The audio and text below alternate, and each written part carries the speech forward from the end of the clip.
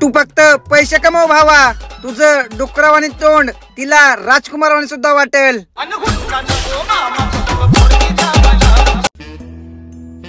ए भाऊ का सोबत बोलतो?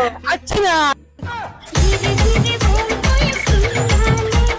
असं काय नाही, मुली फक्त मुलांना जीव लावू शकतात, त्यांच्या जर मनात आलं ना ते घोडे पण लावू शकतात, घोडे नादले पहिल्याच्या काळात बाईला देवी म्हणायचे आणि आताच्या काळात सोन्या, पिल्लू, बाबड्या, अयो काय काय म्हणतात सांगू शकत नाही रे बाबा।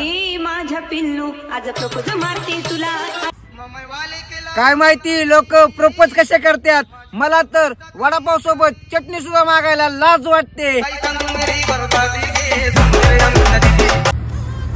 पैसा गेला तरी चालेल पण आपला नाद नाही सुटला पाहिजे, आपला पक्ष फक्त दारूवर लक्ष। आयुष्यात पश्चाताप एकदाच होतो, घेतलेला मोबाईल फोडता येत नाही, केलेली बायको सोडता येत नाही, गेली गेली आप्पा कसा दिला धप्पा।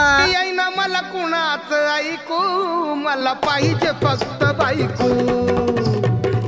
जेव्हा माझ्या घरी पाहुणे येतात तेव्हा मला म्हणतात नाचून दाखव, तेव्हा मी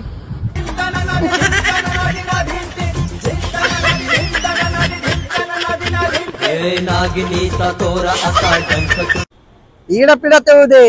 येणाऱ्या 14 फेब्रुवारीला माझ्या सर्व सिंगल मित्रांना एक तरी गर्लफ्रेंड मिळू दे। आता तरी देवा मला पावशील का?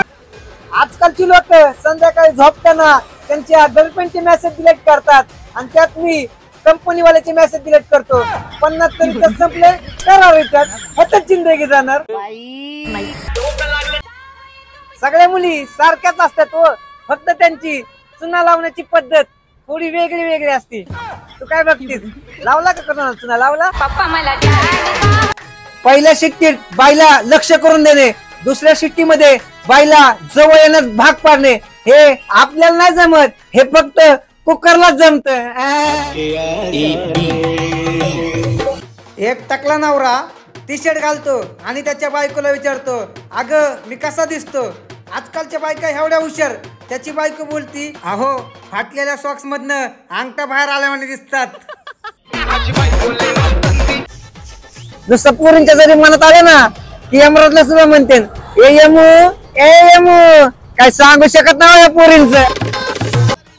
जिच्यावर मी खरं प्रेम केलं ती मला सोडायच्या बाता करत होती, मग मी तिला एकच सांगितलं, अगं हा तू गेली तर गेली उडत ग आणि मला फरक पडत।